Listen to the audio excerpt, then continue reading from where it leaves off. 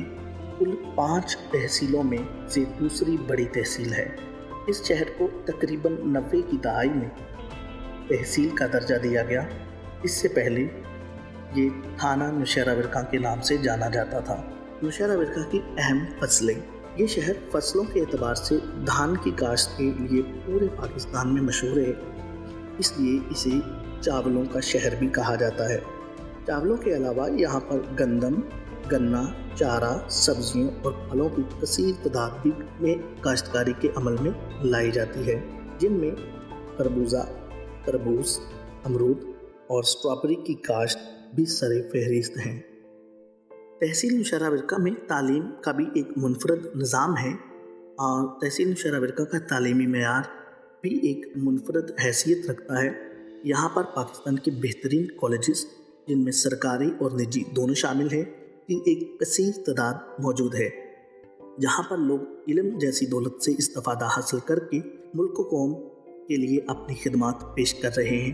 ان تعلیمی اداروں میں چند ایک جو قابل ذکر ہیں: اپیکس گروپ آف کالجز،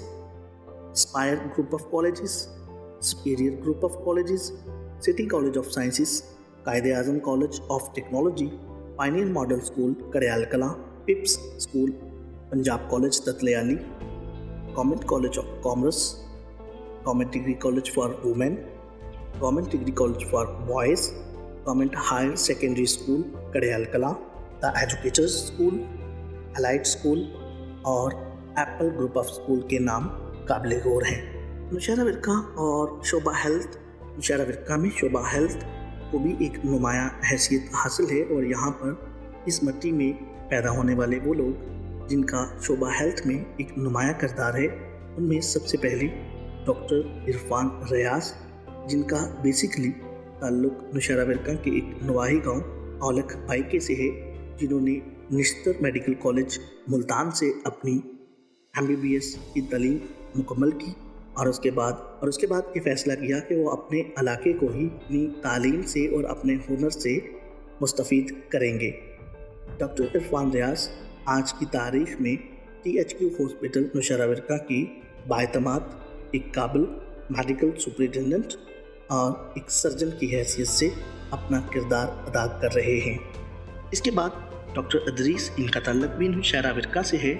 جو کہ MO کی حیثیت سے پہلے THQ ہاسپٹل نوشہرہ ورکہ میں اپنی خدمات سر انجام دیتے رہے، تاہم بعد میں ان کا یہاں سے تبادلہ ہو گیا۔ ان کے بعد ڈاکٹر زبیر اللہ چیمہ، جو کہ آئی سرجن ہیں، یہ عرصہ دراز سے THQ ہاسپٹل نوشہرہ ورکہ میں آنکھوں کے علاج کے حوالے سے اپنی خدمات پیش کر رہے ہیں۔ اس کے علاوہ ڈاکٹر انور رضا، ڈاکٹر محمد حسین، ڈاکٹر زہیب چودھری، جن کا تعلق نوشہرہ ورکہ کے ایک گاؤں دبرجی ورکہ سے ہے، جو کہ نوشہرہ ورکہ میں بطور پریکٹس کام کر رہے ہیں اور نیو ہاسپٹل لاہور میں بچوں کی اسپیشلسٹ کے طور پر اپنی خدمات سر انجام دے رہے ہیں۔ نوشہرہ ورکا کی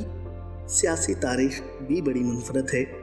اور یہاں پر نوشہرہ ورکا اپنی سیاست کے اعتبار سے بھی کسی شہر سے پیچھے نہیں ہے۔ پنجاب کا ہر حلقہ،